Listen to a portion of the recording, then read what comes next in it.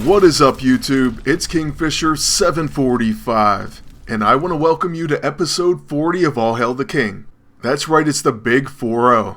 We've definitely got a special episode for you because this one's going to feature Fixer, so get ready to blow things up. But just before we jump into the action, I want to invite you all to go check out the From the Helicarrier website at www.thehelicarrier.com.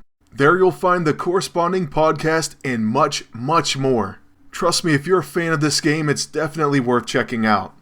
As always, I'll place a link in the description below. Oh, and one last thing before we get started, I do want to give a shout out to Omega Monkey. I hope you get well soon.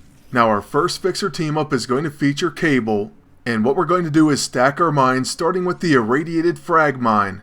The main thing though is to use the Blast mine last. The main reason for this is because the mines will go off in the order that you place them. Now one of the really cool aspects of Fixer's mines is the fact that Mystic Shroud doesn't prevent them. So there you see the Mystic Shroud and the Irradiated Frag mine both on the enemy agent. On top of that, they're going to stay through most removal effects as well. Then on our agent we're using the Skeptic as well as the multifunction breaching kit. But before we get into any of that, let's go ahead and get the Mystic Shroud off of the opponents. At least for the benefit of our other team members. By the way, as we grant our extra turn to Fixer, I want to mention that many agents gave me the tip of using the breaching kit. While I was unfortunately kind of late to recruit him, it did make a ton of sense. And it's pretty awesome because your agent can go ahead and set off his mines, with a quick action mind you, and Fixer, well, he can just concentrate on laying them down. I also love using him with Cable because that allows him to lay 2 mines in 1 round, and also of course Cable has some tech attacks so he will benefit from Fixer. Now once we lay this final blast mine down, the enemy agent's going to be in for one devastating chain of events. Oh, and before he goes out, he lays down a hit on anti-venom for us. So thank you, Agent Leal. Now with my agent we're going to use the Neuro Purge, which certainly won't hurt. And also it's going to place off balance on Rogue, and that will severely weaken her. Because really the only thing you have to worry about when it comes to the Horsemen of Famine is her counters. Then since we had 2 actions, I went ahead and used the Breaching Kit's pistol, and our flanked follow-up severely injures anti-venom. Now it's time to go ahead and detonate his mine as well as the enemy agents. First it will be the Irradiated mine, then the chemical, and finally the big hitting blast wave. That chain reaction is sure to take out any enemy in this level cap tournament. And with that hit we only have Rogue to deal with, so let's go ahead and blast her with the Skeptic. Next, a hit from Cable's level 1 should easily finish it. So that's going to be it for our first team up. Now moving on to Bishop and Fixer. We're also trying out the Shepherd staff in this one, that way we can give them both 2 turns in 1 round. It works out alright, but it wasn't my favorite strategy. I really hate taking turns away from my agent. Plus when he's holding the line he can't use his breaching kit. And speaking of that weapon, we do use the pistol first, but we end up missing. So that was unfortunate, and then after that the enemy starts by using the Scroll of Angolob. They also apparently have the Twisted Gift as well as the Coulson's Revenge. But it actually was a good thing that they went with the Twisted Gift because they are a scrapper and they could have really laid a beat down on my agent. That is, if they would have used the Coulson's Revenge and got a follow-up. Also, the Skeptic having magic warding certainly doesn't hurt. It makes our team immune to magic effects, and we take reduced damage from magic attacks.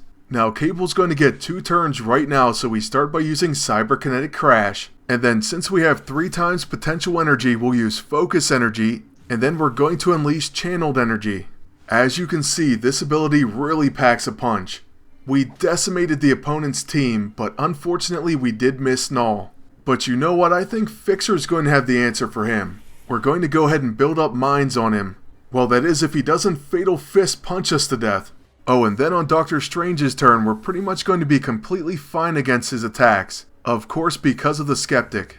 I'm really happy I managed to get it. I think on one of the final few days of the PvP roulette that had it. I remember being really worried. But anyways, we need to build potential energy up once again, so that's why we use Cyberkinetic Crash. And then after Luke Cage uses Fatal Fist for what feels like the 100th time, we're going to have 2 turns with Fixer, so first we'll use the Chemical Mine. Okay, and there goes Null, he's just going to continue punching us forever. This is why I hate not equipping something that has off balance.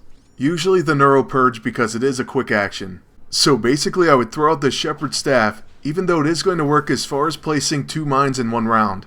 Or at least it will work if Fatal Fist doesn't take us down.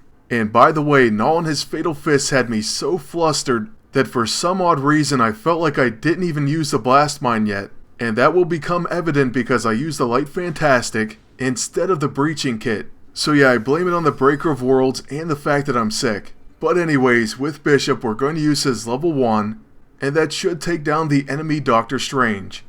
But first, Null has to hit us with a Fatal Fist.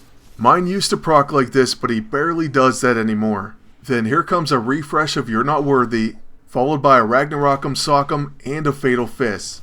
But at least this time he does take a counter. And here's that second Blast Mine when it wasn't needed, so yes, I do make mistakes. The lesson here is, even when you're sick and you're doing a ton of battles, you have to pay attention. But it didn't come back to haunt us this time, luckily. And here comes that chemical reaction, 3 mines in a row, and that certainly is going to be the end of Null. It's also going to bring us to our third and final team up of the video. Once again we're using Fixer and Omega Sentinel. This team up can be good, but there's one thing I have to say. For whatever reason I had a ton of trouble with Red Hulk and Pestilence Beast. Part of it was turn order, but it just didn't go well, and I had a very difficult time winning. I'm not saying that they couldn't beat him, I'm just saying it wasn't pleasant. Part of it could be the fact that I was trying to use the Cosmic Cardinal as well as the Coulson's Revenge. I pulled out both of these items because they are tech, and so I figured they could get a nice boost from Fixer. Unfortunately, it really didn't do that much damage to Iron Fist, certainly nowhere near a one-shot. And then the lack of single target attacks that I ended up using with this team, well, it just didn't work out. But still, on Omega Sentinel's turn we're going to start by using her AoE Plasma Torch. This will grant strength into our team and start to help out her level 9, which does have Finest Hour. Next we're going to switch to Bruiser Protocol, and then we're going to use Nano Heal Array. Although maybe we should have used Defense Array instead. But it is going to heal Fixer close to full health. After that, the evil enemy Gamora is going to use her Demoralizing Shout, which I absolutely can't stand. I absolutely hate Doom, Cower, and Despair. And I think that Cower haunts me in my sleep.